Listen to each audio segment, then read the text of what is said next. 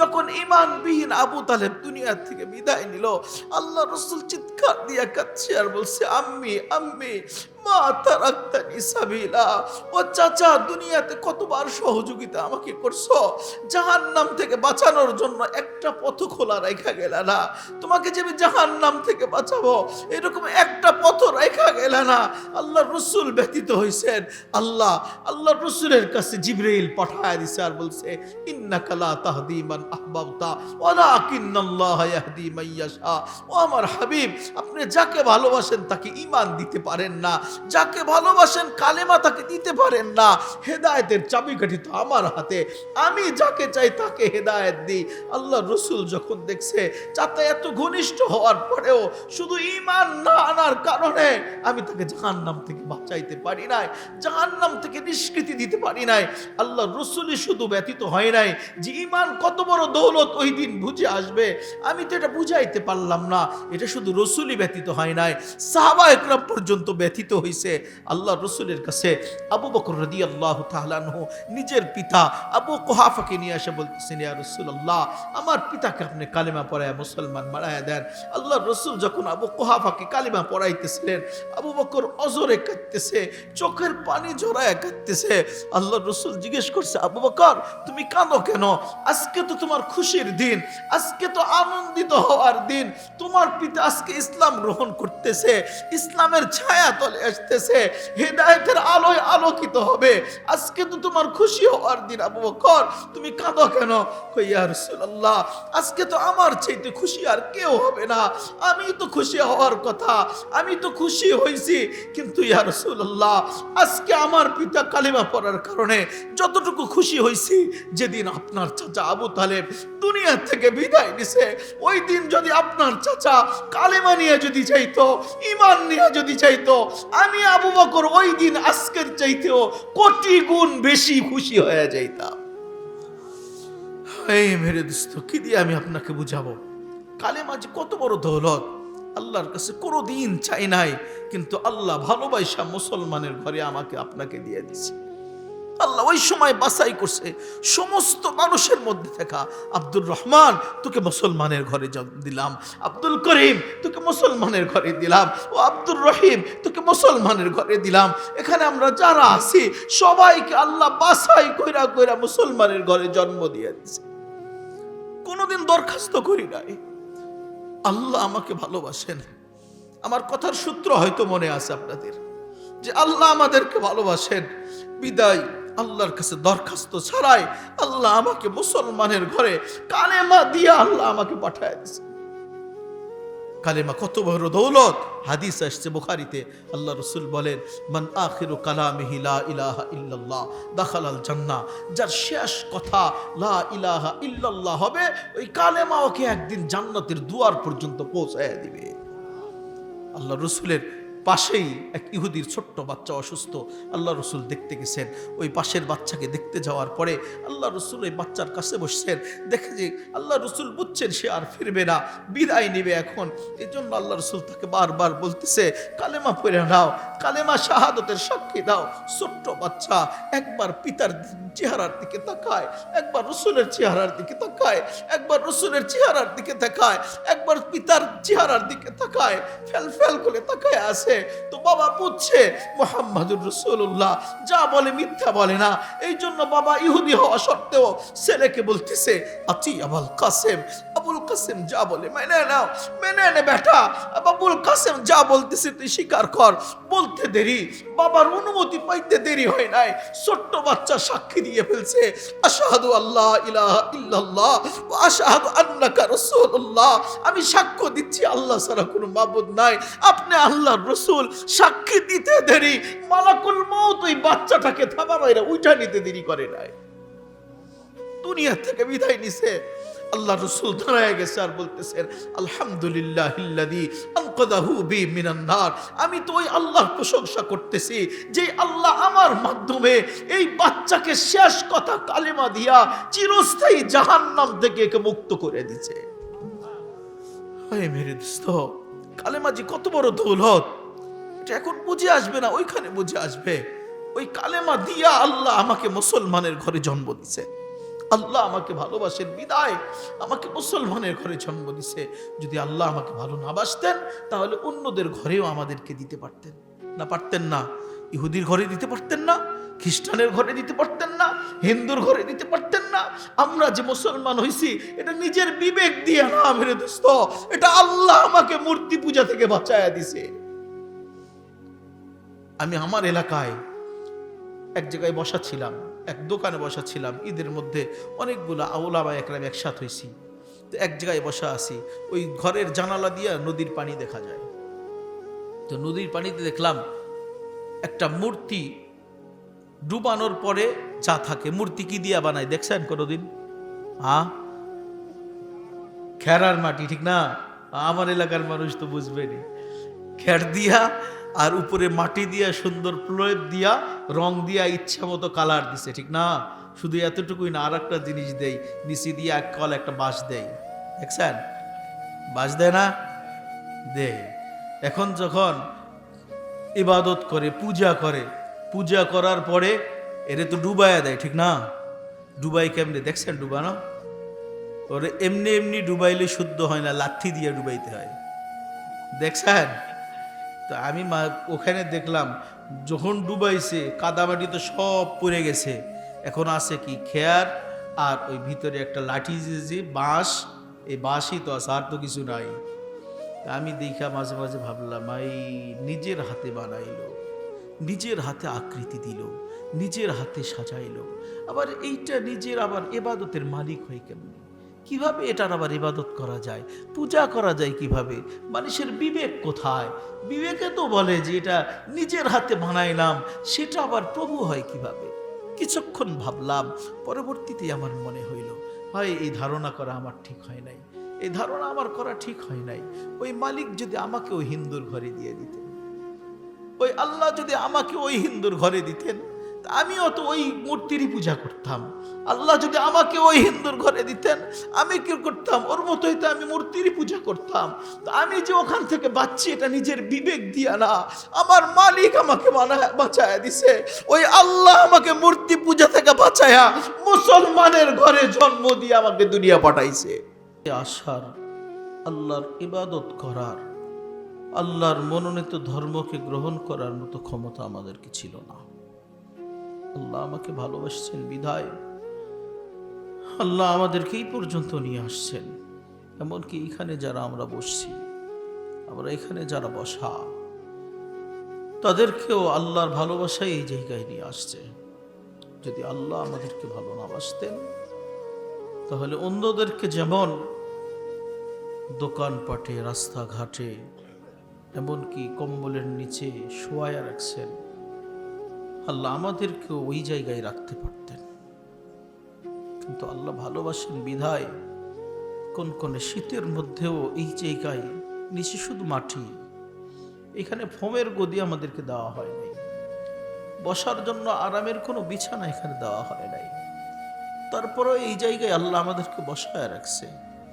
এইখানে দিনের কথা, কোরআনের কথা, রসুলের কথা শোনার জন্য আল্লাহ তৌফিক দিচ্ছেন। এটাই প্রমাণ করেন আল্লাহ আমাকে ভালোবাসে। এটা প্রমাণ এইটাই। কিতাব খোলেন, এক বাদী তাহাজ্জুদের নামাজে নামাজ পড়ে আল্লাহর কাছে হাত উঠে বলতেছে, মালিক তুমি যে আমাকে ভালোবাসো, ওই ভালোবাসার ওসিলায় আমি দোয়া করি, ওই ভালোবাসার কারণে, ওই ভালোবাসার ওসিলায় তুমি আমাকে মাফ করে দাও। মুনিব ঘুমন্ত ছিল, বাদীর কথা যখন মুনিবের কানে গেছে, মুনিব উঠছে, উঠা ধমক দিছে, ওই বাদী তোর এত বড় সাহস কেমনে হইল? তুই এ কথা কিভাবে বলতে পারলি যে আল্লাহ তোকে ভালোবাসে? তুই না এই কথা বলবি, এই আল্লাহ আমি যে তোমাকে ভালোবাসি, ওই ভালোবাসার ওসিলায় মাফ কইরা দাও, তুই এই কথা বলবি? তুই কোন সাহসে বললি যে আল্লাহ তোকে ভালোবাসে? বাদী তো জোশে ছিল, বাদী চোখ গরম করছে, মনিবের উপর বলছে, ওই নাদান চুপ কর। যদি আল্লাহ আমাকে ভালো না বাসতো, আল্লাহ যদি আমাকে ভালো না বাসতো, তো আল্লাহ আমাকে তোর মতো কম্বলের মধ্যে ঘুমায়া রাখতেন। আমাকে ভালোবাসেন বিদায় কোন কোনে শীতের রাত্রি উঠায়া ঠান্ডা পানিতে ওযু করায়া তারপরে মালিকের কদমে সেজদা দেওয়ার সুযোগ কইরা দিছে। মালিকের কদমে সেজদার সুযোগ করে দিছেন, এইটাই প্রমাণ করে আল্লাহ আমাকে ভালোবাসে। যদি ভালো না বাসতেন তোমার মতো আমাকেও ওইখানে ঘুমায়া রাখতে পারতেন।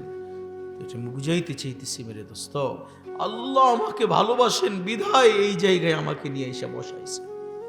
আর যতক্ষণ বসে থাকবো লস হবে না, লাভ হবে। এখান থেকে উঠা যাব তো মাগফিরাতের সার্টিফিকেট নিয়ে তারপরে ঘরে ফিরবো। হাদিস আমাকে বলতেছে, হাদিস আমরা তো মনে করতেছি যে চতুর্দিকে শুধু সামিয়ানা দিয়া ঘিরা। না না না, এখানে শুধু সামিয়ানা না, এটা তো আল্লাহর ফেরেশতা দিয়ে বেষ্টনী দেওয়া। আল্লাহ ফেরেশতা দিয়ে বেষ্টনী দিয়া রাখছে। অজর দ্বারাই আল্লাহ রহমত নাজিল করতেছে, সাকিনা নাজিল করতেছে। যখন মেলা ভাঙ্গা যাবে, যখন মাহফিল শেষ হয়ে যাবে, ফেরেশতারা মালিকের কাছে আল্লাহ জানেন, ওহুয়া আলাম, আল্লাহ জানা সত্ত্বেও জিজ্ঞেস করবে, মিন আইনা, কোত্থেকে আসলা তোমরা, কোত্থেকে তোমরা এত পরে আসলা? ফেরেশতারা বলবে, মালিক ওই যে আখিরাইল আল ইহসান ওলামা ঐক্য পরিষদের মাহফিলে আমরা ছিলাম, ওখানে কে কি বলতেছিল? ফেরেশতারা বলে, আই আল্লাহ, তারা তো আপনাকে ভয় পায়, আপনার রহমতের আশা করে, শাস্তির ভয় পায়, জাহান্নাম থেকে বাঁচতে চায়, জান্নাতের আশা করে। আল্লাহ বলেন, তারা কি আমাকে দেখছে? না, দেখে নাই। জান্নাত দেখছে? ওইটাও দেখে নাই। জাহান্নাম দেখছে? সেটাও দেখে নাই। আল্লাহ বলেন যে আমাকেও দেখে নাই, আমার রহমতের আশা করে, আমার শাস্তি দেখে নাই, শাস্তি থেকে বাঁচতে চায়, আমার জান্নাত দেখে নাই, জান্নাতের আশা করে, জাহান্নাম দেখে নাই, জাহান্নাম থেকে বাঁচতে চায়। ফাশহাদু, ও ফেরেশতারা তোমরা তাদের ব্যাপারে সাক্ষী থাকো, কদ গফারতু লাহুম, তাদের সবার গুনাহ আমি মাফ করে দিলাম। তো এখান থেকে উঠবো তো মাগফিরাতের সার্টিফিকেট নিয়ে যাব। লস তো হবে না, ঠিক না? এখানে বসলে লস আছে? যতক্ষণ বসবো ততক্ষণ লাভ, কারণ আল্লাহ আমাকে ভালোবাসে, ভালোবাসায় পড়ে গেছে। আল্লাহ যখন থেকে সৃষ্টি করছেন তখন থেকে আল্লাহ আমাদেরকে ভালোবাসেন। আজকে থেকে না, শুরু লগ্ন থেকে আল্লাহ আমাদেরকে ভালোবাসেন।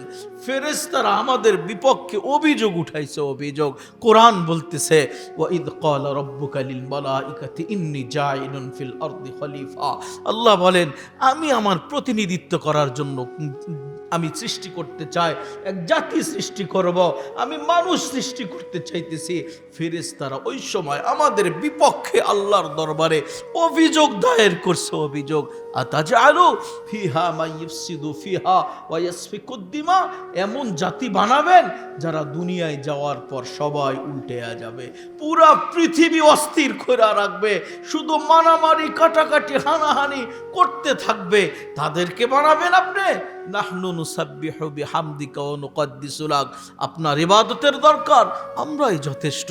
আপনার প্রশংসা পানির গাওয়ার দরকার, আমরাই তো যথেষ্ট। ফেরেশতারা আমাদের বিপক্ষে আল্লাহর দরবারে অভিযোগ দায়ের করছে। তারা বলতেছিল, মানুষ বানানোর দরকার নাই, আপনার কত ইবাদতের দরকার, ইবাদত তো আমরা করব। তাদের যুক্তি অযৌক্তিক ছিল না, তারা কথাও অযৌক্তিক ছিল না, তারা যুক্তি দিয়ে বুঝাইয়া দিছে, আই আল্লাহ দুনিয়াতে মানুষ পাঠাবেন তো মানুষ কয়জন হবে? মানুষ কয়টা হবে? মাত্র 51 কোটি বর্গ মাইলের এক পৃথিবী, 51 কোটি বর্গ মাইলের পৃথিবী। তারপরেও তো সব জায়গায় মানুষ থাকে না, মাত্র 14,89,00,000 বর্গ মাইলের উপরে মানুষের বাস। এতটুকু জায়গার মধ্যে মানুষই আর কতটুকু হবে? আপনার ইবাদত করবে তো করবে কতটুকু? তারা কতটুকুই বা ইবাদত করবে? ওরা দুনিয়ায় যাবে, উল্টে দিবে। আমরা তো আপনার কোনো দিন নাফরমানি করি না। কোরআন বলতেছে, লা ইয়াসুনাল্লাহা মা আমারহুম ওয়া ইয়াফআলুনা মা ইউমারুন। কোরআন বলে ফেরেশতারা 1 সেকেন্ডের জন্য আল্লাহর নাফরমানি করে না। এমনকি হাদিসেও আসছে, বিশাল আকাশের যার কোনো সীমানা নাই, 1 বিঘত জায়গাও আকাশে খালি নাই।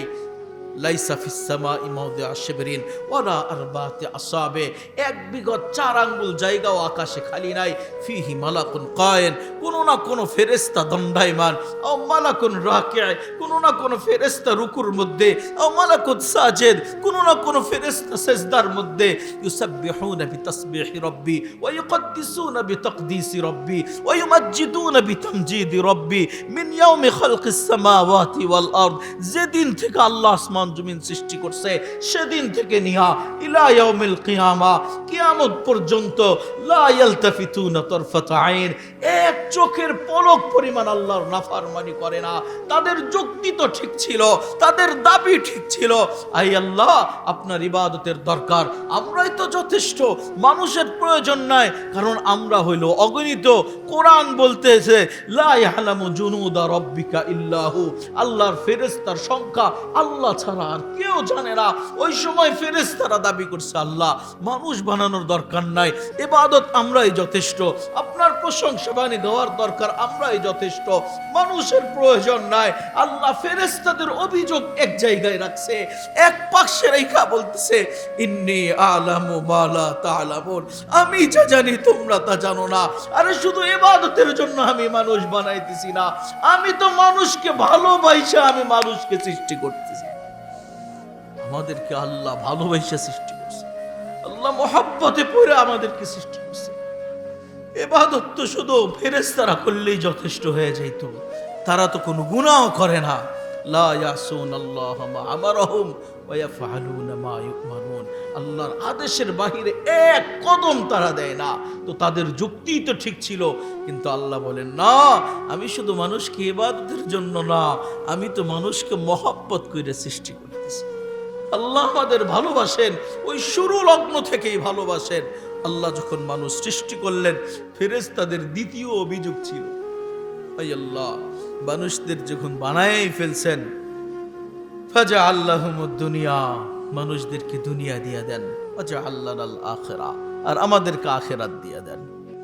মানুষদেরকে দুনিয়া দেন, ওরা যখন দুনিয়ায় যায় সব উল্টে যাবে, তো দুনিয়ার রাজত্ব মানুষ করুক, আমরা যেহেতু কোনো গুনাহ করি না, আপনার নাফরমানি করি না, এই জন্য আমাদেরকে আখিরাত দিয়ে দেন। আল্লাহ বলেন উফাদ্দিলুকুম আলা মান খলাকতু বিয়াদাইয়া, আমি কি তোমাদেরকে শ্রেষ্ঠত্ব দিব ওই জাতির উপরে? তোমাদের প্রয়োজন হয়েছে, আমি শুনো কোন শব্দ ব্যবহার করছি, তোমরা হয়ে গেছো, এর বাহিরে আমার কোনো কাজ করতে হয় নাই। কিন্তু মানুষদেরকে আমি কোন শব্দ দিয়ে বানাই নাই, মানুষদেরকে কোন শব্দ দিয়ে আমি সৃষ্টি করি নাই, আমি মানুষদেরকে 9 মাস সময় নিয়া কুদরতি হাতের ছোঁয়া দিয়া দিয়া আমি মানুষ বানাইছি। এই মেরে দোস্ত, খোদার কসম, যদি আল্লাহর কুদরতি হাতের ছোঁয়া না লাগতো, এক ফোঁটা নাপাক পানি এত সুন্দর চেহারা নিয়ে বাহির হইতো না। যে শুধু চেহারা দেখা একজন আর একজনের চেহারা দেখা বিষের বোতল পান করতে রাজি হয়ে যায়। কি বলেন না করে না? শুধু চেহারায় পাগল হয়ে এক রশিতে 2 জন ঝুলে যায় না, জ্বলে নাই? দেখেন নাই মনে আপনারা? প্রেমিক প্রেমিকা একই রশিতে ঝুলে গেছে। কিসের জন্য? চেহারা দেখাই তো, ঠিক না? না অন্য কিছু দেখছে? চেহারা দেখাই তো পাগল হয়েছে। বিষ তো খাইছে, চেহারা দেখাই তো বিষ খাইছে। হাত কাটেছে, চেহারা দেখাই তো হাত কাটছে। কিসের জন্য করছে? শুধু চেহারা দেখা। এক ফোঁটা নাপাক পানি কোনোদিন এত সুন্দর চেহারা নিয়ে বাহির হইতে পারতো না যদি আল্লাহর কুদরতের ছোঁয়া না লাগতো। এটা যখন আমি পড়তেছিলাম, বারবার আমি ভাবতেছিলাম, মালিক যখন আমাকে বানাইছে, আব্দুর রহমানকে যখন বানাইছে, কতবার না জেনে আমার চেহারার দিকে দেখছে আল্লাহ, কতবার না জানি দেখছে নাকটা ঠিক আছে কিনা, চোখটা ঠিক আছে কিনা, চেহারাটা ঠিক আছে কিনা, ঠোঁটটা সুন্দর হয়েছে কিনা, মাথাটা সমান হয়েছে কিনা, 2 হাত সোজা হয়েছে কিনা। কতবার না জানি মালিক আমার চেহারার দিকে তাকাইছে, কতবার কুদরতি হাতের ছোঁয়া দিয়ে আমার চেহারাটা সুন্দর বানায় দিছে। আল্লাহ আমাকে ভালোবাসে, ওই মালিক আমাকে ভালোবাসে। এই জন্য আল্লাহ বলতেছিলেন, ও ফেরেশতারা, আমি কি তাদের উপরে তোমাদেরকে শ্রেষ্ঠত্ব দিব? তোমরা তাদেরকে দুনিয়া দিতে বলতেছ। দুনিয়ার তো কোনো মূল্যই আমার কাছে নাই, দুনিয়ার মূল্যই আমার কাছে নাই। আল্লাহ রসুল বলেন, লাউ কানাতিদ দুনিয়া তাদিলু জানাহা বাউদাতিন মা সাকা কাফিরান শুরবাতা মা। আল্লাহর রসুল বলেন, দুনিয়ার মূল্য যদি আল্লাহর কাছে একটা মাছির পাখার সমপরিমাণ যদি হইতো, তাহলে কোনো কাফেরকে এক ঢোক পানি পান করাইতেন না। কত কোটি মাছির পাখা দিলে আপনি 1 টাকা দিয়ে কিনবেন? আপনার কাছে কত কোটি মাছির পাখা এক জায়গায় করে আপনাকে দিলে 1 টাকা দিয়ে কিনবেন? আপনি কিনবেন? কি বলেন? মাছির পাখা কিনবেন? আল্লাহর কাছে এই দুনিয়া একটা মাছির পাখার সমান পরিমাণও কোনো মূল্য নাই। ফেরেশতারা বলতেছে তাদেরকে দুনিয়া দিয়া দেন। তো আল্লাহ বলতেছেন, যার কোনো মূল্য নাই আমি মানুষদেরকে দিয়া দিব, আর আখিরাত তোমাদেরকে দিব। এটা তোমাদের চাওয়া। আমার কাছে তোমরা অভিযোগ করছো, তোমরা বলতেছো আমি মানুষকে দুনিয়া দিয়া দিই আর তোমাদেরকে আখিরাত দিয়া দিই। আল্লাহ রাগান্বিত হয়েছে যে আমি কি তোমাদেরকে ওই জাতির উপরে শ্রেষ্ঠত্ব দিব যেই জাতিকে আমি কোন শব্দ দিয়া বানাই নাই? ওদেরকে তো আমি আমার কুদরতি হাতের ছোঁয়া দিয়া 9 মাস সময় নিয়ে আমি মানুষকে বানাইছি। ফেরেশতারা বলতে চাই, আল্লাহ আমাদের অভিযোগ দায়ের কথা, আবেদন পেশ করার কথা, আমরা আবেদন পেশ করছি, ফাইসালা তো আপনি দিবেন। আল্লাহ বলেন, তাহলে আমার ফাইসালাও তোমরা শুনে নাও। জাআলতু লাহুমুদ দুনিয়া ওয়াল আখিরা, আমি মানুষকে দুনিয়ার রাজত্ব দিলাম, আমি মানুষকে আখিরাতেও জান্নাতের মালিক বানায়া দিলাম। এই মেরে দোস্ত, দুনিয়ার রাজত্ব মানুষের, আখিরাতে জান্নাতের মালিকও মানুষ। দুনিয়ায় দেখছেন কখনো বাংলাদেশের রাজত্ব কোনো ফেরেশতা করতেছে? দেখছেন? দুনিয়াতে কোনো ফেরেশতা রাজত্ব করবে না। দুনিয়ার রাজত্বই মানুষকে আল্লাহ দিছেন। যত দামি খাবার মানুষ খায়, পৃথিবীতে এত দামি খাবার আর কেউ খায় না। কি বলেন? আমি বুঝাইতে পারতেছি আপনাদেরকে? মনে হয় আমার কথা আপনারা বুঝতেছেন না। আমি তো আর ইংরেজি ভাষায় বলতেছি না, ঠিক না? মনে হয় তো আমার কথা আপনার বোঝার কথা। আপনার বাড়িও নওগাঁ, আমার বাড়িও নওগাঁ, আপনাকে এলাকার মানুষ, হয়তো থানা ভিন্ন কিন্তু একই জেলার মানুষ, সেই হিসেবে তো কথা বোঝার কথা, ঠিক না?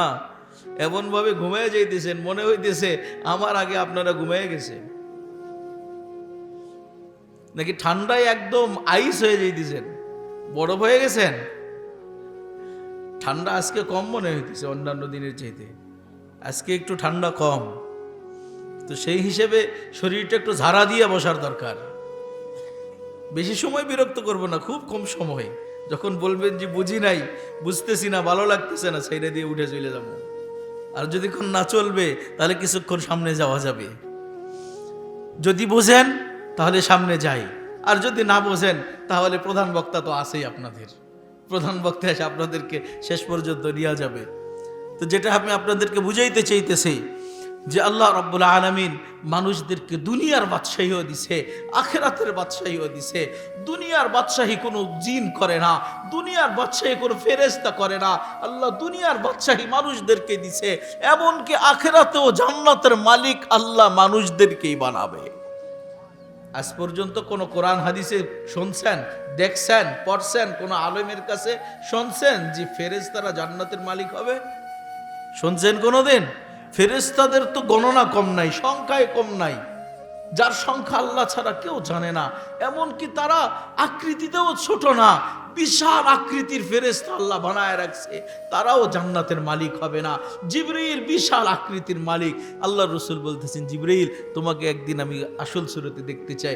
ইয়া রাসূলুল্লাহ ঠিক পারবেন না? আল্লাহ রসুল বলেন, না দেখবো। জিবরিল রসুলের দরবার থেকে বাহির হয়ে গেছে। আল্লাহ রসুল আগ্রহ নিয়ে তাকায় আছে, জিবরিলকে আজকে আসল সুরতে দেখবো। আকাশের দিকে তাকায় আছে, একটা পর্দা নামছে, কিছুক্ষণ পর উঠে গেছে। জিবরিল রসুলের দরবারে আসছে, ইয়া রাসূলুল্লাহ দেখছেন? ওই কোথায় দেখলাম? ওই কিছুই দেখেন নাই, কই পর্দা নামলো উঠে গেল, আর তো কিছু দেখলাম না। কই ইয়া রাসূলুল্লাহ এটা কোনো পর্দা ছিল না, আমার 600 পাখার একটা পাখা নামায়া দিছিলাম, 600 পাখার এক পাখা নামায়া দিছিলাম। লাগাত্তাতিল মাশরিক ওয়াল মাগরিব, ওই তোমার দেহ কত বড়? ওয়াইদা রাফাতু রাসি ইলাস সামাইস সাবে, মাথা উঠায়া দিলে 7 আকাশের উপরে চলে যাবে। ওয়াইদা নাশারতু রিজলি ইলা তাহতাস সারা, পা ছড়ায়া দিলে 7 জমিনের নিচে যাবে। ওয়ালি সিত্তু মিয়াতি জানা, আমার 600 পাখা আল্লাহ দিবেন। ইদা নাশারতু জানাহাইয়া লাগাত্তাতিল মাশরিক ওয়াল মাগরিব, যদি 2 পাখা সম্প্রসারিত করি 2 বর্ডার পূর্ব পশ্চিম ঢাকা যাবে। আমি 598 পাখা কোথায় রাখবো? আমি বিশাল জিবরাইলকে আল্লাহ বানায় রাখছে। আল্লাহ রসুল জিজ্ঞেস করছে কামলাকা কুওয়া, তোমার শক্তি কত? মা জাররাবতু ইয়া রাসূলুল্লাহ, ইয়া রাসূলুল্লাহ কোনোদিন কুস্তি লইরা দেখি নাই, কখনো মারামারি করে দেখি নাই আমার শক্তি কত। তবে একটা তথ্য আপনাকে জানাই, ইস্তামালতু লিকওমিন, এক জাতির জন্য আমার 600 পাখার মধ্যে 1 পাখার সামান্য শক্তি এক জাতির জন্য ব্যবহার করছিলাম। আখাযতু মিনাল আরদ, পুরা জমিনকে, বাড়ি ঘর মানুষ সব সহ জমিন থেকে উঠাইছি। রাফাতু ইলাস সামা, আকাশ পর্যন্ত নিয়ে গেছি। সুম্মা কাল্লাবতু, ওইখানেই উল্টায়া দিছি। ওয়া আলকাইতু আলাল আরদ, জমিনের উপরে ধাক্কা মারছি। ফাসারা ইলা ইয়াউমিল কিয়ামাতি বাহরান মাইয়িতা, কিয়ামত পর্যন্ত ওই জমিনকে আমি মরু সাগর বানায় দিছি। মৃত সাগর, মরু সাগর জর্ডানে আছে। জিবরাইলের 1 পাখার সামান্য শক্তিতে হইছে 100 কিলোমিটার লম্বা, 6 কিলোমিটার পাশ, বিশাল সাগর। শুধু জিবরাইলের সামান্য পাখার শক্তিতে হইছে এই বিশাল জিবরাইল আল্লাহ বানায় রাখছে। কিন্তু আজ পর্যন্ত কেউ প্রমাণ করতে পারে নাই ওই জিবরাইল কিয়ামতের দিন জান্নাতের মালিক হবে। কোনোদিন হবে না, জান্নাতের মালিক হবে না। জান্নাতের মালিক মানুষ। আরেকটু তথ্য আপনাকে দিই, 7 আকাশের উপরে আল্লাহ একটা সমুদ্র বানায় রাখছে। ওই সমুদ্রের গভীরতা হলো আমকুহু মা বাইনাস সামাই ওয়াল আরদ, ওই সমুদ্রের গভীরতা হলো জমিন থেকে আসমান পর্যন্ত যে 500 বছরের রাস্তা, ওই সমুদ্রের গভীরতাও 500 বছরের। ফিহি সামানিয়াতু আওয়াল, সেখানে 8 জন ফেরেশতা দণ্ডায়মান। মা মাসালামা উল বাহরি ইলা রুকবাতিহিন্না, সমুদ্র এত গভীর হওয়া সত্ত্বেও ওই ফেরেশতাদের হাঁটুও পানির নিচে ডুবে নাই, পানি হাঁটু পর্যন্ত ডুবে নাই। এত বিশাল ফেরেশতা, তারপরও 8 ফেরেশতা কাছাকাছি না। ওয়া বাইনা মাসিরাতু 50 আলফা সানা, এক ফেরেশতা থেকে আরেক ফেরেশতার দূরত্ব 50,000 বছরের রাস্তা। ওয়া বাইনা শাহমাতু উযনাইহি ইলা আতিকিহি 700 আম, কানের লতি থেকে কাঁধ পর্যন্ত 700 বছরের রাস্তা। ওয়া আলা আনাকিহিম আরশুর রহমান, তাদের কাঁধেই আল্লাহ আরশ বসায় রাখছে। মাখলুকাতুন মিন ইয়াকুতিন হামরা, আল্লাহর আরশ লাল টকটকে ইয়াস্টার রুবি দিয়া তৈরি করে রাখছে। বিশাল 8 ফেরেশতা যাদের কাঁধে আল্লাহ আরশ বসায় রাখছে। কোরআন হাদিসের কোথাও পাবেন না যে ওই 8 ফেরেশতা জান্নাতের মালিক হবে। ওই 8 ফেরেশতাও জান্নাতের মালিক হবে না। জান্নাতের মালিক তো আল্লাহ মানুষকে বানাইছে। আমি শুধু সামান্য একটু ইঙ্গিত দিলাম, বহু উদাহরণ দিতে পারবো, সময় কম, এই জন্য ওইদিকে যাইতে পারতেছি না। শুধু এতটুকু বুঝাইতে চাইতেছি, ওই ফেরেশতারা বলতেছিল হাই আল্লাহ মানুষদেরকে দুনিয়া দেন, আমাদেরকে আখিরাত দেন। আল্লাহ বলেন না, আমি তাদের উপরে তোমাদেরকে শ্রেষ্ঠত্ব দিতে পারবো না। আমি মানুষদেরকে দুনিয়াও দিয়া দিলাম, আমি মানুষদেরকে আখিরাতও দিয়া দিলাম। ফেরেশতারা বলতেছে হাই আল্লাহ, একুলো হারাইলাম, ওকুলো হারাইলাম, আমও হারাইলাম, সালাও হারাইলাম, দুনিয়াও হারাইলাম, আখিরাতও হারাইলাম। তো এত ফেরেশতা কেন বানায় রাখছেন? আমাদের তো সংখ্যার অভাব নাই, আকৃতির ক্ষেত্রে আমরা ছোট না, এত ফেরেশতা কেন বানায় রাখছেন আল্লাহ? আল্লাহ বলতেছেন আমার ফাইসালা শুনে নাও, আনতুম তাস্তাখদিমুনাহুম, যে মানুষদেরকে আমি কুদরতি হাতের ছোঁয়া দিয়ে বানাইছি, ওই মানুষদের খেদমত করার জন্য আমি তোমাদেরকে বানায় রাখছি। ওই মেরে দোস্ত, যদি আল্লাহ ফেরেশতা দিয়ে কন্ট্রোল না করতেন, যদি ফেরেশতা দিয়ে আমাদেরকে খেদমত না করাইতেন, ফেরেশতা দিয়ে যদি আমাদেরকে কন্ট্রোল না করতেন, আমাদের গুনাহ, আমাদের অপরাধ, আমাদের কর্মকাণ্ড 1 সেকেন্ড দুনিয়াতে থাকার অনুমতি দেয় না। 1 সেকেন্ডও না। আল্লাহ ফেরেশতা দিয়ে আমাদেরকে কন্ট্রোল করতেছেন, ফেরেশতা দিয়ে খেদমত করায় নিতেছেন। আমরা যে হার্টের উপর বেঁচে আছে, হার্ট চলতেছে তো আমরা জীবিত। হার্ট যদি বন্ধ হয়ে যায়, হার্ট বন্ধ হবে তো কি আর মানুষ বলবে না, সবাই বলবে লাশ। যে হার্ট চলতেছে, বিজ্ঞানকে যদি বলি হার্ট কি দিয়া চলে, বিজ্ঞান বলবে হার্ট বাল্ব দিয়া চলে। আমি বলবো বাল্ব কি দিয়া চলে, বিজ্ঞান ওই জায়গায় মাথা নোয়া বলবে আমার কাছে আর কোনো উত্তর নাই। আমি বলি কিসের হার্ট বাল্ব দিয়া চলে? হার্ট তো কোনো বাল্ব দিয়া চলে না, হার্ট তো সরাসরি মালিকের কুদরত দিয়া চলে। আল্লাহর কুদরত দিয়ে চলতেছে। ফেরেশতা বসায় রাখছে এখানে, পাঞ্চ করতেছে, পাঞ্চ ফেরেশতা হার্ট পাঞ্চ করতেছে। যেদিন আল্লাহ বলবে ফেরেশতাকে স্টপ, বন্ধ করে দে, ওই দিন মানুষ থাকবে না, সব লাশ হয়ে যাবে। আল্লাহ ফেরেশতা দিয়ে খেদমত করাইতেছে। আল্লাহ আমাদেরকে ফেরেশতা দিয়ে খেদমত করাইতেছে। কেন করাইতেছে? আমি প্রথম কথার সূত্র উঠাইছি, আল্লাহ আমাদেরকে ভালোবাসে। আল্লাহ আমাদেরকে ভালোবাসেন। ফেরেশতাদের অভিযোগ একদিকে রাখছে, আল্লাহ আমাদেরকে ভালোবাসা সৃষ্টি করছে। সৃষ্টি কইরা অন্য কোনো ঘরে আল্লাহ আমাকে দেন নাই। আল্লাহ তো চাইলে একটা কুকুরের ঘরেও দিতে পারতেন, আল্লাহ চাইলে একটা শুয়োরের ঘরেও দিতে পারতেন, হিংস্র প্রাণীর ঘরে দিতে পারতেন। কিন্তু আল্লাহর কাছে কোনোদিন আমরা দরখাস্ত করি নাই, মালিক আমাকে মানুষ বানায়া দেন। আল্লাহ কখনো আল্লাহর কাছে দরখাস্ত করি নাই। কিন্তু আল্লাহ শুধু আমাকে ভালোবাসা মানুষের ঘরে জন্ম দিছে। আল্লাহ চাইলে পারতেন না, কুকুরের ঘরে দিতে পারতেন না, মানুষের ঘরে দিছেন। আল্লাহ বুঝাইতে চাইতেছ, মানুষ তোকে আমি ভালোবাসা বানাইছি, তোকে ভালোবাসা মানুষের ঘরে দিছি, মানুষ বানাইছি, তুই আবার আমার কাছে মানুষ হিসাবেই ফিরে আসবি। আল্লাহর চাওয়া এতটুকু, তোকে মানুষ বানাইছি, মানুষ হিসাবে আমার কাছে ফিরায়। ও মেরে দোস্ত, আমরা মানুষের ঘরে জন্ম নিয়েছি ঠিক, কিন্তু আমাদের মধ্যে মনুষ্যত্ব বোধ বলতে কিছু নাই। যদি মনুষ্যত্ব বোধ থাকতো তাহলে কখনো একজন আরেকজনকে অন্যায় ভাবে মারতে পারতো না। যদি মনুষ্যত্ব বোধ থাকতো, একজন ভালো ছেলে, বিপ্লবী সন্তান হাদিকে সরাসরি গুলি করে এইভাবে মারতে পারতো না। যদি মনুষ্যত্ব বোধ থাকতো, কখনো নিজের ভাইয়ের জীবিত অবস্থায় চক্ষু টাইনা উপড়াইয়া ফেলতে পারতো না। মনুষ্যত্ব বোধ বলতে কিছু নাই। আল্লাহ শুধু এটাই চাইছে, ও মানুষ তোকে মানুষের ঘরে জন্ম দিছি, তুই আবার মানুষ হিসাবে আমার ঘরে ফিরায়। আমি বড় মহব্বত করে তোকে বানাইছি। তোকে আমি ফেরেশতাদের অভিযোগের কারণে তোকে সৃষ্টি করা বন্ধ করি নাই। তোকে আমি মহব্বত কইরা ভালোবাসার বশীভূত হয়ে তোকে বানাইছি, মানুষ বানাইছি, মানুষ হিসাবে তুই আবার আমার কাছে ফিরায়। আল্লাহর চাওয়া এটাই। আল্লাহ আমাকে ভালোবাসেন বিধায় মানুষের ঘরে জন্ম দিছেন। দ্বিতীয়ত ভালোবাসার প্রতিফলন দেখাইছে আল্লাহ। দ্বিতীয় দেখাইছেন, আল্লাহর কাছে কোনোদিন আবেদনও করি নাই, কখনো আল্লাহর কাছে দরখাস্ত করি নাই, আই আল্লাহ আপনি আমাকে মুসলমানের ঘরে জন্ম দেন। করছিলাম কোনোদিন? কি বলেন? আমরা কোনোদিন আল্লাহর কাছে দরখাস্ত করছি, আবেদন করছি যে আল্লাহ আমাকে মুসলমানের ঘরে জন্ম দেন? কিন্তু আল্লাহর কাছে দরখাস্ত ছাড়াই আল্লাহ ভালোবাসার বশীভূত হইয়া আমাকে কালেমা দিয়া মুসলমানের ঘরে আল্লাহ জন্ম দিয়ে দিছে।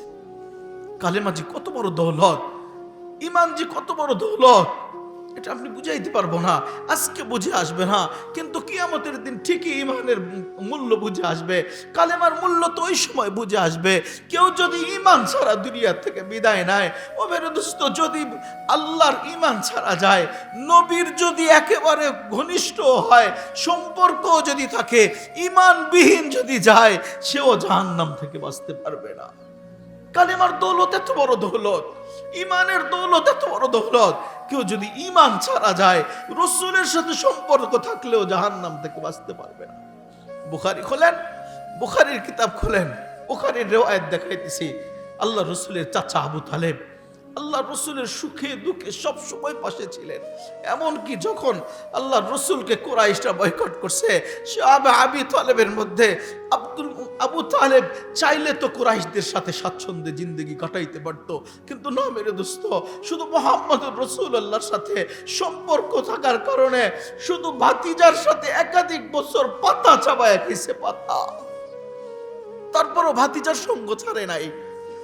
ওই চাচা যখন দুনিয়া থেকে বিদায় নিতেছে, আল্লাহ রসুল পাশে বসা, আবু লাহাব, উতবা, সাইবা ওরাও পাশে বসা। আল্লাহ রসুল আল্লাহ চাচাকে বলতেছে, চাচা দুনিয়াতে আমার সমস্ত ক্ষেত্রে সহযোগিতা করছেন, একটা পন্থা আমাকে দিয়া যান, একটা রাস্তা আমাকে দিয়া যান, আমি যেন আখিরাতে আপনার কাজে আসতে পারি। জাহান্নাম থেকে বাঁচানোর একটা পথ আমার সামনে খোলা রেখে যান। বুখারীতে আসছে, আল্লাহ রাসূল পাশে বলতেছে আম্মি কুল্লা ইলাহা ইল্লাল্লাহ, ও চাচা আপনি কালেমাটা একবার পড়েন, আশহাদু লাকা বিহা ইনদাল্লাহ, কিয়ামতের দিন আপনার পক্ষে আল্লাহর সামনে আমি সাক্ষী দিব। চাচা বলতেছে ভাতিজা আমি জানি তোর ধর্ম সত্য, কিন্তু কালেমা পড়তে পারতেছি না। এই নেতারা আমাকে ধিক্কার দিবে, আবু জেহেল উতবা সাহেব আমাকে ধিক্কার দিবে, এই জন্য আমি কালেমা পড়তে পারতেছি না। ও মেরে দোস্ত কান খুলে শুনে রাখেন, এমন মানুষ আছে শুধু নেতার কারণে জাহান্নামে যাবে, শুধু নেতার কারণে জাহান্নামে যাবে। অনেক যুবক আছে শুধু তারা বেস্ট ফ্রেন্ডের কারণে জাহান্নামে যাবে। আগে তো এক সময় ছিল জাস্ট ফ্রেন্ড পর্যন্তই ছিল, ঠিক না? এটা আমাদের মতো বুড়ারা হয়তো নাও বুঝতে পারে, কিন্তু যুবকরা ঠিকই বোঝে। সেই জাস্ট ফ্রেন্ড এখন বাড়তে বাড়তে বাড়তে গভীর হইতে হইতে এখন বেস্ট ফ্রেন্ডে রূপান্তরিত হয়েছে। বেস্ট ফ্রেন্ড, অনেক যুবককে শুধু তার বেস্ট ফ্রেন্ডে জাহান্নামে নিয়ে যাবে। অনেক সাধারণ মানুষ জানে না, কিছুই বোঝে না, কিন্তু শুধু নেতার কারণেও জাহান্নামে যাবে। একটু বুঝা শুনা নেতা ধরতে হবে। কার পিছে দৌড়াইতেছেন, কার পিছে উঠা বসা করতেছেন, শুধু এতটুকু ভাবনার জন্য আমি বললাম। ওইদিকে আজকে আমার আলোচ্য বিষয় নয়, এই জন্য আমি ওইদিকে চাইতেছি না। আমি এখান থেকে শুধু এই কথাটাই বললাম যে অনেক মানুষ শুধু নেতা আর নেত্রীর নাম যতবার জপে, যদি আল্লাহর নাম জপতো আল্লাহর ওলি হয়ে যাইত। এই জন্য মেরে দোস্ত, সম্পর্ক কার সাথে করব? আল্লাহ রসুলকে বলতেছেন ভাতিজা জানি তোমার দিন ধর্ম সত্য, কিন্তু এই নেতারা আমার সমালোচনা করবে, আমাকে ধিক্কার দিবে, এই জন্য আমি কালিমা পড়তে পারতেছি না।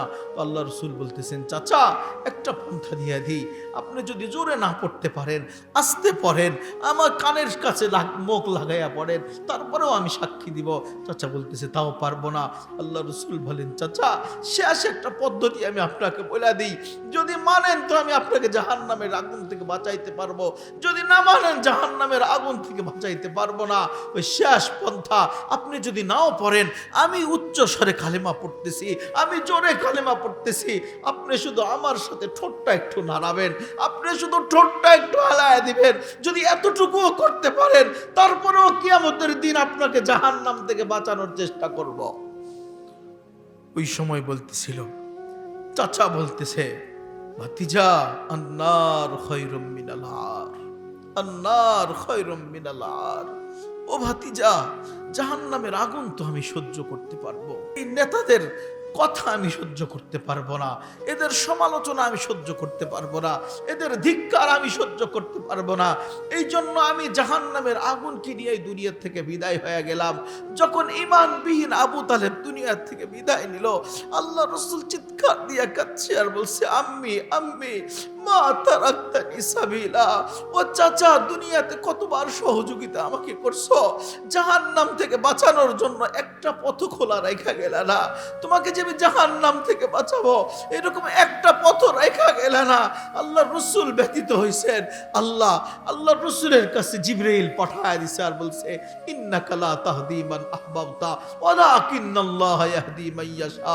ও আমার হাবিব, আপনি যাকে ভালোবাসেন তাকে ঈমান দিতে পারেন না, যাকে ভালোবাসেন কালেমা তাকে দিতে পারেন না। হেদায়েতের চাবিকাঠি তো আমার হাতে, আমি যাকে চাই তাকে হেদায়েত দিই। আল্লাহ রসুল যখন দেখছে যাতে এত ঘনিষ্ঠ হওয়ার পরেও শুধু ঈমান না আনার কারণে আমি তাকে জাহান্নাম থেকে বাঁচাইতে পারি নাই, জাহান্নাম থেকে নিষ্কৃতি দিতে পারি নাই, আল্লাহ রসুলই শুধু ব্যতীত হয় নাই যে ঈমান কত বড় দৌলত ওই দিন বুঝে আসবে, আমি তো এটা বুঝাইতে পারলাম না। এটা শুধু রসুলই ব্যতীত হয় নাই, সাহাবা একরাম পর্যন্ত ব্যতীত হইছে। আল্লাহ রসুলের কাছে আবু বকর রাদিয়াল্লাহু তাআলা আনহু নিজের পিতা আবু কুহাফাকে নিয়ে এসে বলতেছেন ইয়া রাসূলুল্লাহ আমার পিতাকে আপনি কালিমা পড়ায় মুসলমান বানায়া দেন। আল্লাহ রসুল যখন আবু কুহাফাকে কালিমা পড়াইতেছিলেন, আবু বকর অজরে কাঁদতেছে, চোখের পানি ঝরায় কাঁদতেছে। আল্লাহ রসুল জিজ্ঞেস করছে, আবু বকর তুমি কাঁদো কেন? আজকে তো তোমার খুশির দিন, আজকে তো আনন্দিত হওয়ার দিন। তোমার পিতা আজকে ইসলাম গ্রহণ করতেছে, ইসলামের ছায়া তলে আসতেছে, হেদায়েতের আলোয় আলোকিত হবে। আজকে তো তোমার খুশি হওয়ার দিন। আবু বকর তুমি কাঁদো কেন?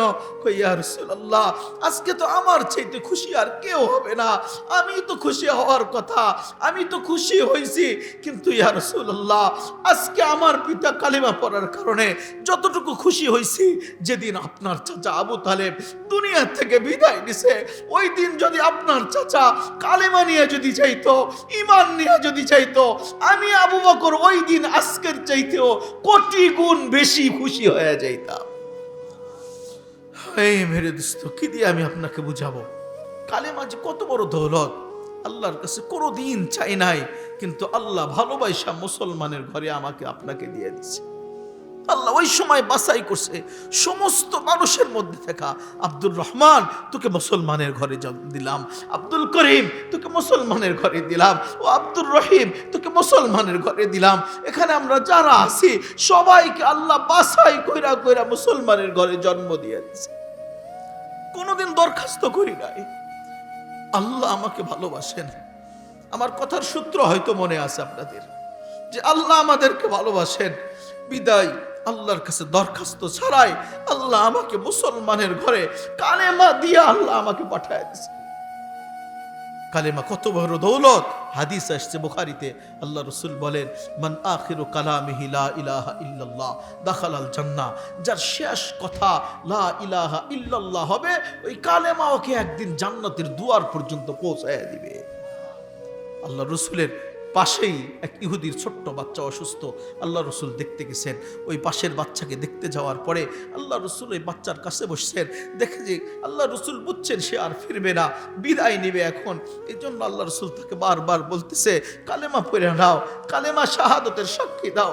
ছোট্ট বাচ্চা একবার পিতার চেহারার দিকে তাকায়, একবার রসুলের চেহারার দিকে তাকায়, একবার রসুলের চেহারার দিকে তাকায়, একবার পিতার চেহারার দিকে তাকায়, ফেল ফেল করে তাকায় আছে।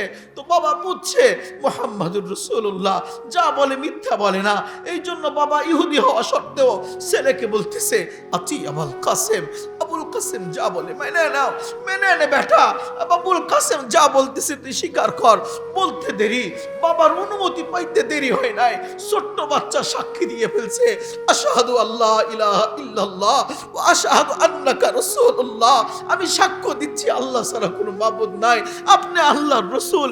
সাক্ষী দিতে দেরি, মালাকুল মউত ওই বাচ্চাটাকে থাবা মাইরা উঠা নিতে দেরি করে নাই, দুনিয়া থেকে বিদায় নিছে। আল্লাহ রাসূল দাঁড়ায় গেছে আর বলতেছেন, আলহামদুলিল্লাহিল্লাযী আনকাযাহু বি মিনান নার। আমি তো ওই আল্লাহর প্রশংসা করতেছি যে আল্লাহ আমার মাধ্যমে এই বাচ্চাকে শেষ কথা কালেমা দিয়া চিরস্থায়ী জাহান্নাম থেকে একে মুক্ত করে দিয়েছে। হায় মেরে দোস্ত, কালেমা জি কত বড় দৌলত, এখন বুঝে আসবে না, ওইখানে বুঝে আসবে। ওই কালেমা দিয়া আল্লাহ আমাকে মুসলমানের ঘরে জন্ম দিছে।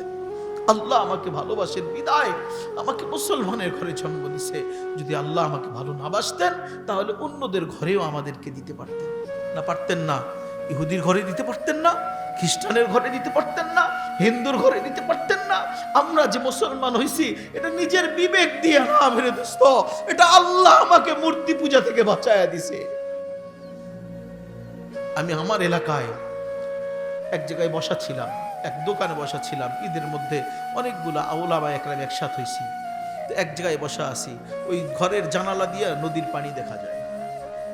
তো নদীর পানিতে দেখলাম একটা মূর্তি ডুবানোর পরে চা থাকে। মূর্তি কি দিয়া বানায় দেখছেন কোনোদিন?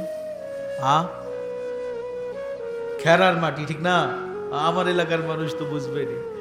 খের দিয়া আর উপরে মাটি দিয়া সুন্দর প্রলেপ দিয়া রং দিয়া ইচ্ছা মতো কালার দিছে, ঠিক না? শুধু এতটুকুই না, আর একটা জিনিস দেয় নিচে দিয়ে এক কল একটা বাঁশ দেয়, দেখছেন? বাঁশ দেয় না? দে। এখন যখন ইবাদত করে, পূজা করার পরে এটা তো ডুবাইয়া দেয়, ঠিক না? ডুবাই কেমনে দেখছেন? ডুবানো ওরে এমনি এমনি ডুবাইলে শুদ্ধ হয় না, লাঠি দিয়ে ডুবাইতে হয়। দেখছেন?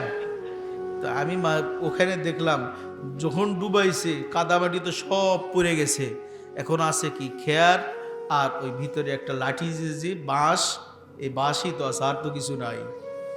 আমি দেখা মাঝে মাঝে ভাবলাম এই নিজের হাতে বানাইলো, নিজের হাতে আকৃতি দিল, নিজের হাতে সাজাইলো, আবার এইটা নিজের আবার ইবাদতের মালিক হয়ে কেমন, কিভাবে এটার আবার ইবাদত করা যায়, পূজা করা যায় কিভাবে? মানুষের বিবেক কোথায়? বিবেকে তো বলে যে এটা নিজের হাতে বানাইলাম, সেটা আবার প্রভু হয় কিভাবে? কিছুক্ষণ ভাবলাম, পরবর্তীতে আমার মনে হইল ভাই এই ধারণা করা আমার ঠিক হয় নাই, এই ধারণা আমার করা ঠিক হয় নাই। ওই মালিক যদি আমাকে ওই হিন্দুর ঘরে দিয়ে দিতেন, ওই আল্লাহ যদি আমাকে ওই হিন্দুর ঘরে দিতেন, আমিও তো ওই মূর্তিরই পূজা করতাম। আল্লাহ যদি আমাকে ওই হিন্দুর ঘরে দিতেন, আমি কি করতাম? ওর মতোই তো আমি মূর্তিরই পূজা করতাম। তো আমি যে ওখান থেকে বাঁচছি, এটা নিজের বিবেক দিয়া না, আমার মালিক আমাকে বাঁচায়া দিছে। ওই আল্লাহ আমাকে মূর্তি পূজা থেকে বাঁচায়া মুসলমানের ঘরে জন্ম দিয়ে আমাকে দুনিয়া পাঠাইছে। নিজের বিবেক দিয়ে বাঁচতে পারি নাই মেরে দোস্ত, এটা আল্লাহ আমাকে বাঁচায় দিছে। কেন? আল্লাহ আমাকে ভালোবাসেন, আল্লাহ আমাকে জাহান্নামে জ্বালাইতে চায় না, আল্লাহ আমাকে জাহান্নামে দিতে চায় না। এই জন্য আল্লাহ আমাকে ভালোবাসার বশীভূত হয়ে মুসলমানের ঘরে কালেমা দিয়া দুনিয়াতে পাঠাচ্ছে। আল্লাহ আমাকে ভালোবাসেন, ভালোবাসেন বিদায় আল্লাহ বলছেন, ও মানুষ তোকে আমি ভালোবাসি, তোকে মুসলমানের ঘরে জন্ম দিছি, তুই আবার মুসলমান হয়ে আমার কাছে ফিরে আয়। আল্লাহর চাওয়া এটাই, তোকে মুসলমানের ঘরে জন্ম দিছি, আবার মুসলমান হয়ে তুই আমার ঘরে ফিরায়। আল্লাহ এমন ঈমান আমাকে দিছেন, এই ঈমান নিয়ে যদি আল্লাহর কদমে, আল্লাহ তো আমাকে ভালোবাসেন, আল্লাহর কদমে যদি সিজদা একবার লাগায় দিই, আল্লাহর কদমে যদি মাথা লাগায় দিই, একবার যদি সুবহান রাব্বিয়াল আলা পড়তে পারি, সুবহান বলে আল্লাহকে যদি ডাক দিতে পারি, আল্লাহ আরশ থেকে আওয়াজ দেয়, সাব্বাহতানি সাব্বাহতুক, ও বান্দা তুই আমাকে পবিত্র বললি, আর তোকে আমি অপবিত্র রাখবো, এটা হইতেই পারে না। আমাকে পবিত্র বলছিস, তোকেও আমি গুনাহ থেকে একবারে পবিত্র কইরা দিলাম। একটা হাদিস মনে উঠলো, শোনাবো আপনাদের, চলেন। শুধু সুবহান রাব্বিয়াল আলা এর দাম কত! মানুষ যখন আল্লাহর কদমে সিজদা দেয়, তখন তা আল্লাহ কিভাবে সম্বোধন করে। একটা ঘটনা মনে উঠলো, হযরত ইউসুফ আলা নবিয়িনা আলাইহিস সালাতু ওয়াস সালামের নাম তো শুনছি আমরা, ঠিক না? কি বলেন? ইউসুফ আলাইহিস সালামের জামানায় দুর্ভিক্ষ ছিল 7 বছর, এটাও তো শুনছি। ওইখানে সর্বপ্রথম ত্রাণের ব্যবস্থা ইউসুফ আলাইহিস সালাম করছেন। এর আগে ত্রাণের ব্যবস্থা ছিল না, উনি সর্বপ্রথম ত্রাণের ব্যবস্থা করছেন, উনি ত্রাণ দেওয়া শুরু করছিলেন। আমরাও এখন ত্রাণ দিই, বিভিন্ন জায়গায় ত্রাণ দিই। কোন জায়গায়? বন্যা কবলিত এলাকায়, শীত প্রধান এলাকায় আমরা ত্রাণ দিই, কিন্তু আমাদের ত্রাণ দেওয়ার অবস্থা কে দিতেছে কে নিতেছে বোঝা বড় মুশকিল। কি বলেন?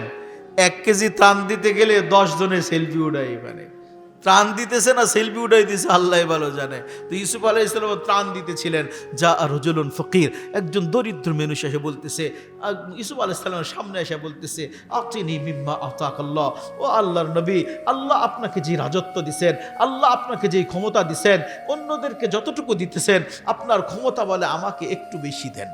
ইউসুফ আলাইহিস সালাম বলেন, ঠিক আছে, ওরে একটু বেশি দাও। 3.5 বেশি দিছে, কই জিদনি, আরেকটু বেশি দেন, কই আরেকটু বেশি দাও।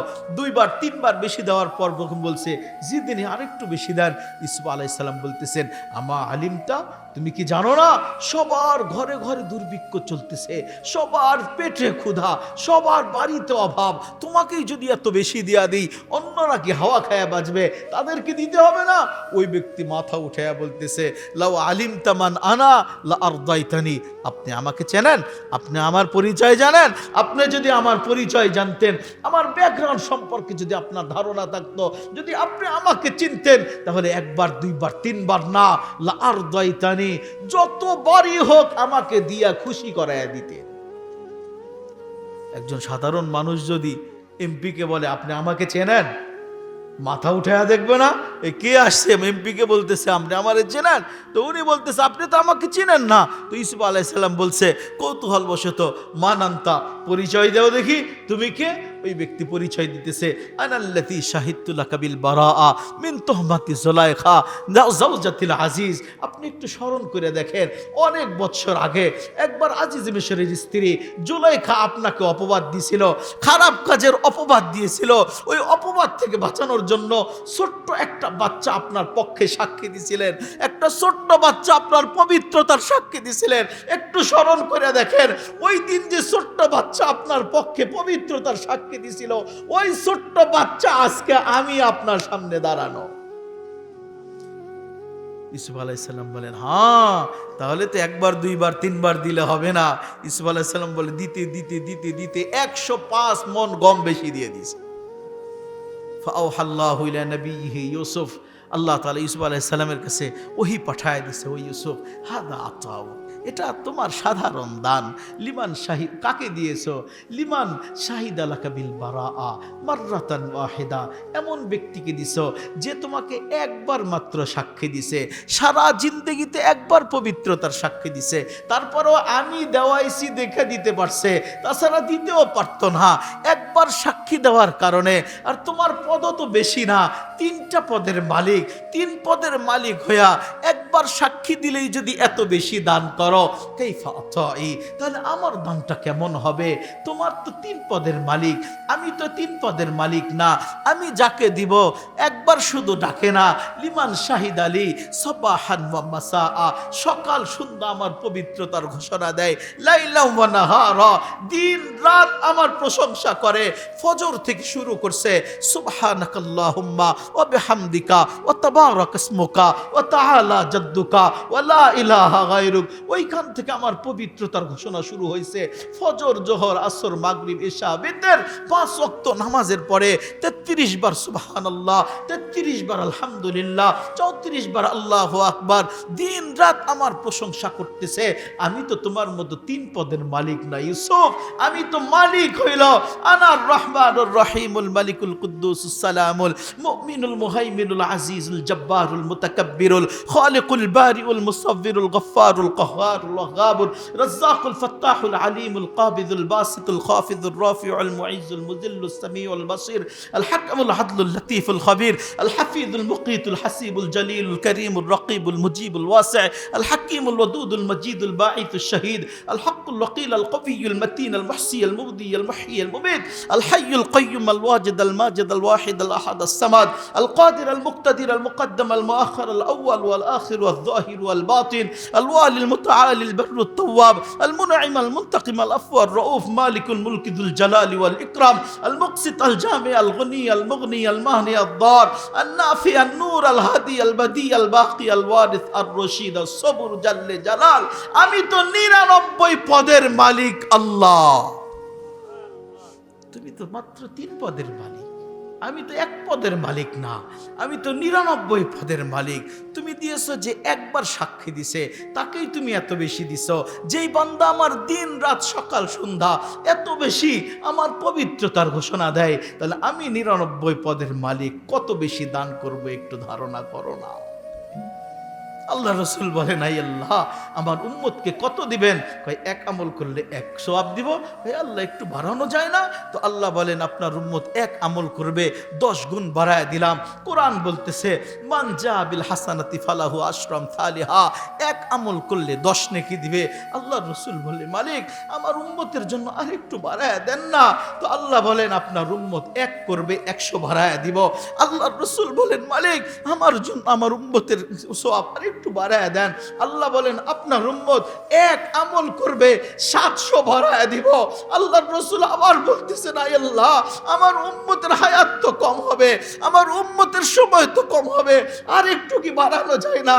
আল্লাহ বুঝছেন যে আমার হাবিব উম্মতের বড় কান্ডারি, উম্মতের জন্য পাগল, এই জন্য যত দিব মন ভরবে না। ডাইরেক্ট আল্লাহ বলে দিয়েছেন বিগয়রি হিসাব, আপনার উম্মত 1 করবে, আমি হিসাব ছাড়া উম্মতকে দিয়া দিব। মেরে দোস্ত, আল্লাহ আমাকে ভালোবাসে, আল্লাহ আমাকে ভালোবাসেন। এই জন্য যখন বান্দা আল্লাহর কুদরতি পায়ে যখন সিজদা লাগায়া দেয়, ইমাম বুখারী রহমতুল্লাহি আলাইহি বুখারীতে বাব কায়েম করছে, আল মুসাল্লি ইউনাজি রাব্বা, আল মুসাল্লি ইউনাজি রাব্বা। মুসাল্লি যখন সিজদায় নামাজের সিজদায় চলে যায়, ওই মুসাল্লি তো আল্লাহর সাথে গোপনে প্রেম আলাপে লিপ্ত হয়ে যায়, আল্লাহর সাথে কথা বলে। যখন সিজদায় চলে যায়, আল্লাহ ওই বান্দার পিঠের উপরে সুন্দর হাত বিছিয়ে দেয়, কুদরতে হাত বুলায় দেয় আর বলতে থাকে, ইরফা রাসাক, ও বান্দা মাথাটা উঠা না, কি বলবি বল না। ওই বান্দা উঠাই শুরু করে দেয়, আত্তাহিয়াতু লিল্লাহি ওয়াস সালাওয়াত। আল্লাহ বলেন, ঠিক আছে, আমার প্রশংসা করলি তো, কি চাবি চা না। ওই বান্দা আরেকটু অগ্রসর হয় আর বলতে থাকে, আল্লাহুম্মা সাল্লি আলা মুহাম্মদ। মাবুদ তখন ডাক দিয়ে বলে, আমার বন্ধুর প্রশংসা করলি, আমার বন্ধুর উপরে দরুদ পড়লি, আমারও প্রশংসা, বন্ধুরও দরুদ, কি চাইতেছিস আমার বান্দা, তুই চা না, আমি তোর মনের আশা পূরণ করব। ওই বান্দা সুযোগ পায় আল্লাহর কাছে দরখাস্ত পেশ করে, আল্লাহুম্মা ইন্নী যালামতু নাফসি যুলমান কাসীরা। আই আল্লাহ, নিজের উপরে বড় জুলুম করছি মালিক, যেদিকে তাকাই সেদিকে শুধু গুনাহ দেখি, গুনাহ ক্ষমা করার মতো মালিক তো তুমি ছাড়া কাউকে দেখি নাই। ও আল্লাহ, তোমার প্রশংসা, নবীর দরুদ, সব কিছুর একটাই কারণ, আমার গুনাহগুলো আপনি মাফ করে দেন। আমি গুনাহ মাফ চাইতেছি, আমার গুনাহ মাফ করে দেন। ওই বান্দা সালাম ফিরানোর আগেই তার সব গুনাহ আল্লাহ মাফ করে দেয়। এই মেরে দোস্ত, কি দিয়ে আমি আপনাকে বুঝাবো, কোন শব্দ দিয়ে আমি আপনাকে বুঝাবো? এই জন্য হাদিসে আসছে, 5 ওয়াক্ত নামাজের উদাহরণ এইভাবে পেশ করছে, যদি কোনো বান্দা 5 বার নামাজ পড়ে, 5টা নহরে অথবা এক পুকুরে যদি 5 বার গোসল করে, তার শরীরে যেমন কোনো ময়লা থাকে না, ঠিক যেই ব্যক্তি 5 বার নামাজ এইভাবে আদায় করে, আল্লাহ প্রত্যেক ওয়াক্ত নামাজের সালাম ফিরানোর আগে এমনভাবে গুনাহ মাফ কইরা দেয় যে 5 বার নামাজ পড়লে তার আমল নামায় আর কোনো গুনাহ বাকি থাকে না। আল্লাহ জানেন যে তোকে আমি মহব্বত করে সৃষ্টি করছি আমার বান্দা। এই জন্য যে আল্লাহ আমাকে মহব্বত করা মানুষের ঘরে জন্ম দিলেন, মুসলমানের ঘরে জন্ম দিলেন, ওই আল্লাহ আমাকে ভালোবাসলেন, আমি ওই আল্লাহকে ভালোবাসার প্রতিদানে কি দিলাম? আপনার কাছে আমার প্রশ্ন, আমি ওই আল্লাহকে ভালোবাসার প্রতিদানে কি দিলাম?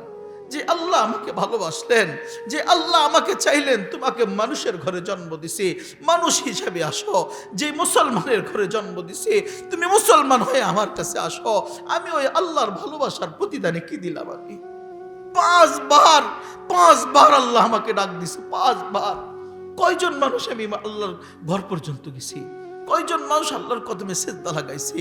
কয়জন মানুষ আল্লাহকে দেখাইছে, আই আল্লাহ তুমি যে আমাকে ভালোবাসো মাওলা, কনকনে শীতের রাত্রে ঠান্ডা পানি দিয়ে ওযু করতেছি, ও মেরে দোস্ত, জাহান্নামের আগুন দিয়া নিজেকে জ্বালানোর চাইতে এই শীতের রাত্রে, কনকনে শীতের রাত্রে ঠান্ডা পানি দিয়ে ওযু করা সবচাইতে শ্রেষ্ঠ আমল, সবচাইতে শ্রেষ্ঠ আমল।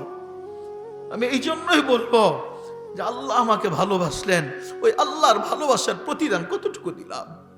5 বার আল্লাহ আমাকে ডাকলেন, 5 বার আমাকে ডাকলেন, কয়বার আল্লাহর ডাকে সাড়া দিলাম? কতবার সাড়া দিলাম আমি?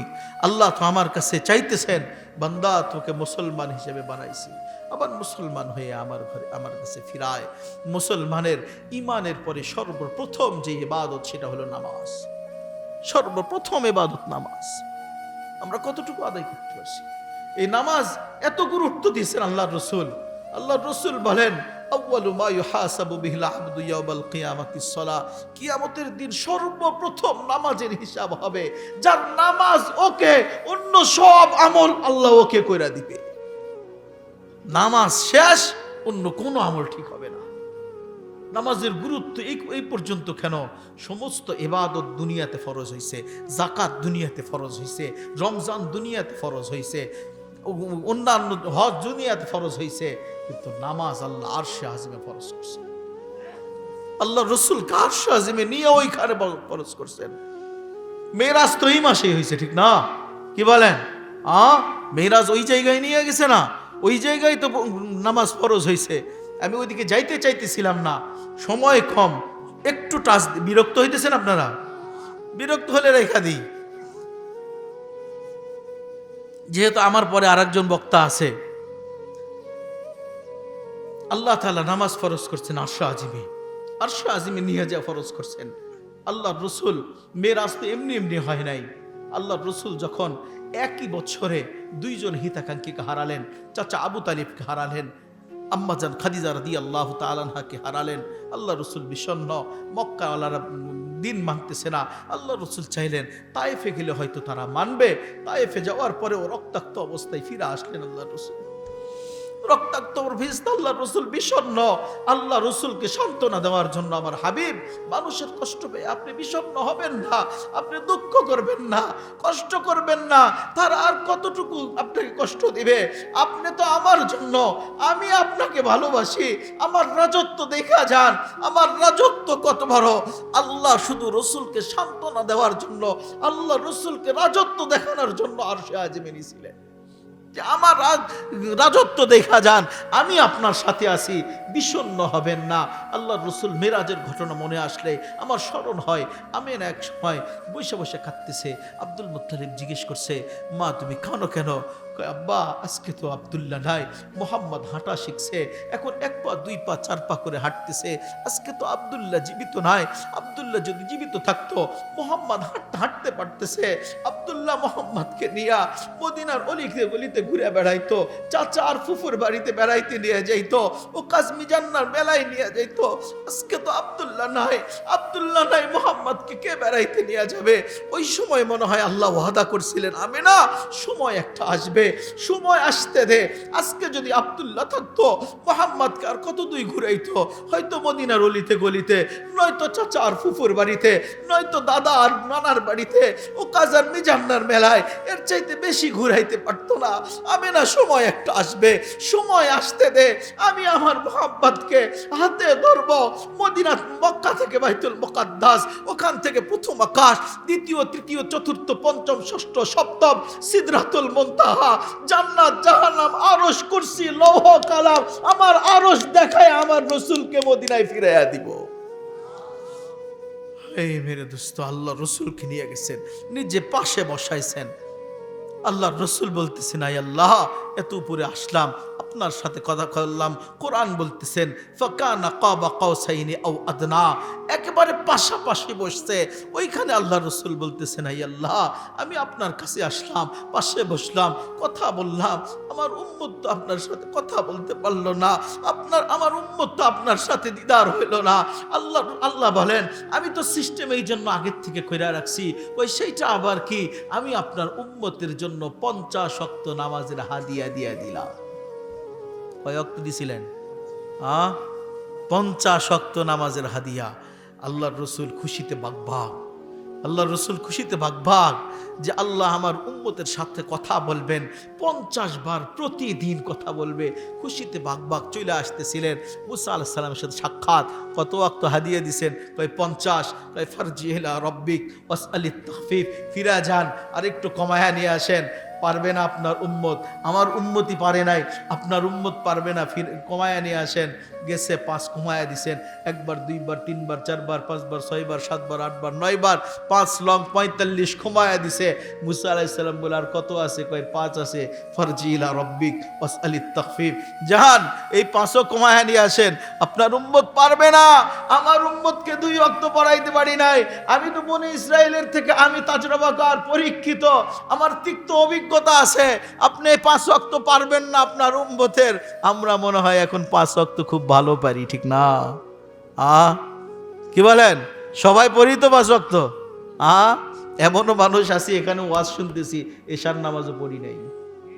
কি বলেন? আবার এখান থেকে যে এশা পড়বো, এর নিয়ত নাই। লম্বা সময় ওয়াজ চলতেছে, লম্বা সময় ওয়াজ শুনি, কিন্তু নামাজ পড়তে পারবো না। নামাজ ভালো লাগে না, ওয়াজ ভালো লাগে। যেই না ওয়াজে আমাকে নামাজি বানাইতে পারলো না, ওই ওয়াজের কি মূল্য ভাই? ওই ওয়াজের মূল্য আছে? যদি কথা হৃদয় থেকে হয়, দিল থেকে বাহির হয়, এক কথা হেদায়েতের জন্য যথেষ্ট। কি বলেন? এখন তো মাহফিল কম হইতেছে না, প্রত্যেকটা অলিতে গলিতে, মসজিদে মসজিদে, মাদ্রাসায় মাদ্রাসায়, বাজার কমিটির উদ্যোগে, যুব সমাজের উদ্যোগে সব জায়গায় চলতেছে মাহফিল। শোনাও তো কমাইতেছে না। আগে চাষটলে গান বাজতো, এখন ওয়াজ বাজে। কি বলেন? না বাজে না? যুবকরা আগে ইয়ারফোন লাগায় গান শুনতো, এখন ওয়াজ শোনে। সারা রাত ওয়াজ শুনতেছে, কিন্তু হেদায়েত কয়জন হইতেছে? যদি কথা হৃদয় থেকে বাহির হয় আর যদি হৃদয়ে আঘাত করে, এক কথা হেদায়েতের জন্য যথেষ্ট হয়ে যাবে। বেশি লম্বা কথার দরকার নাই। একটা ঘটনা মনে উঠলো, আপনাদের সামনে বয়ান করি একটা ঘটনা। বিরক্ত হইতেছেন? বনি ইসরাইলের এক যুবক, কিফিল নামের এক যুবক, প্রতি রাত্রে শুধু নারীর পিছনে লক্ষ টাকা খরচ করত, শুধু নারীর পিছনে। একদিন এক যুবককে ধরে নিয়ে আসছে, যুবতীরে নিয়ে আসছে, তুই রেডি হ, আমি রেডি হয়ে আসতেছি। যখন যুবক ঢুকছে, দেখো ওই নারী ঘরের কোনায় চোখের পানি ঝরায় কাঁদতেছে। জিজ্ঞেস করে, কাঁদিস কেন? কই, কাঁদিস কেন? তুই তো স্বেচ্ছায় আসছিস, টাকার বিনিময়ে আসছিস, তোকে তো জোর করে ধরে নিয়ে আসি নাই, তুই কাঁদিস কেন? ওই মহিলা বলতেছে, দেখ কিফিল, আমি কোনো বাজারি মহিলা না, আমি কোনো বাজারি নারী না, এই কাজের মেয়ে আমি না। ওই তারপরেও তুই কাঁদিস কেন? ওই অভাব আজকে আমাকে এই পর্যন্ত নিয়ে এসে দিছে, আমার দারিদ্রতা আজকে তোর হাতে উঠায় দিছে। কিফিল বলতেছে, তারপরেও তুই টাকার বিনিময়ে আসছিস, তোকে তো জোর করে ধরে নিয়ে আসি নাই, তুই কাঁদিস কেন? তুই মেয়ে বলতেছে, দেখ কিফিল, আজকে অভাবের কারণে যদি তোর সাথে এই অপকর্ম করি, এই গুনার কাজ যদি করি, আমি তো ভাবতেছি আগামীকালকে এই গুনার চেহারা মালিককে কিভাবে দেখাবো, আমি এই চেহারা নিয়ে মালিকের সামনে কিভাবে দাঁড়াবো আমি। যদি এতটুকু ভাবনা নিয়ে আমরা উঠতাম, যদি ঘুষখোর ভাবতো ঘুষ তো খাইতেছে, এই চেহারা মালিককে কিভাবে দেখাবো? সুদখোর যদি ভাবতো সুদ তো খাইতেছে, এই চেহারা মালিককে কিভাবে দেখাবো? জেনাকার যদি ভাবতো আমি জেনা তো করতেছি, এই গুনার চেহারা নিয়ে মালিকের সামনে কিভাবে আমি দাঁড়াবো? চাঁদাবাজরা যদি ভাবতো চাঁদাবাজি তো করতেছি, এই চেহারা নিয়ে মালিকের সামনে কিভাবে দাঁড়াবো? এতটুকু ভাবনা যদি ভাবতো, আমার মনে হয় এই এলাকার 80% অপরাধ বন্ধ হয়ে যাইত। কি বলেন? এতটুকু যদি ভাবতাম আমরা। ওই নারী বলতেছে, দেখ কিফিল, আজকে যদি তোর সাথে এই অপকর্ম করি, আমি ভাবতেছি এই চেহারা মালিককে কালকে কিভাবে দেখাবো। এক কথা কিফিলের হৃদয় ভাঙ্গা খান খান হয়ে গেছে। কিফিল বলতেছে, বোন, তোর একদিনের অপরাধের যদি এই অনুভূতি হয়, আমি তো প্রতিদিন এই কাজ করতেছি, প্রতিদিন এই অপরাধ করতেছি। ও বোন, তোর যদি এই অনুভূতি হয়, আমি আমার চেহারা মালিকের সামনে কিভাবে নিয়ে দাঁড়াবো? আমি মালিকের সামনে কিভাবে দাঁড়াবো? কিফিল বলতেছিল, বোন, তোর সাথে যা চুক্তি হয়েছে তুই নিয়ে যাবি, তোর শরীরে আমি টাচ করব না, তবে একটা আবেদন তোর কাছে, তুই যাওয়ার আগে মালিকের কাছে হাতটা একবার উঠায়া দে না, একবার মালিকের কাছে হাত উঠায়া বলে দে না, আমি আর কোনোদিন এই কাজ করব না, আমি আজকে তওবা করব। আমার মনে হয় তোর মালিকের সাথে সম্পর্ক আছে, তাছাড়া গুনার কারণে এইরকম অনুভূতি আসতো না, তুই একবার মালিকের কাছে হাতটা উঠায়া বলে দে না, আমি আজকে তওবা করতেছি, আল্লাহ যেন আজকে আমার তওবাকে কবুল করে নেয়। কিতাব খুলেন, ওই রাত্রেই কিফিল মারা গেছে, ওই রাত্রেই মারা গেছে। তওবার আগে যদি কিফিল মারা যাইতো, কেউ ওকে কবরে নামাইতো না, এমনকি লাঠি দেয়া পর্যন্ত কবর পর্যন্ত পৌঁছাইতো না, মানুষ থুতু পর্যন্ত দিত না। কিন্তু যখন তওবা করে মারা গেছে, আল্লাহ কিফিলের ঘরের দরজায় পরের দিন সকালে স্বর্ণাক্ষরে লেখা দিছে, আমাকে নামাজ পড়তে বললেন, কয় ওয়াক্ত নামাজ আমি পড়লাম, কয়বার আল্লাহর ডাকে আমি সাড়া দিলাম। যখন আল্লাহ আমাকে ডাক দেয়, কুদরতি কদমে সেজদা দিতে দেরি, আল্লাহ আমার গুনাহ মাফ করতে দেরি হবে না। এই জন্য যে আল্লাহ আমাকে ভালোবেসে আমাকে মুসলমানের ঘরে জন্ম দিলেন, আজকে থেকে এখান থেকে ওয়াদা নিয়ে উঠবো। এদিকে তাকান, এদিকে আমার কথা শেষ, প্রধান বক্তা আপনাকে সারা রাত শোনাবে।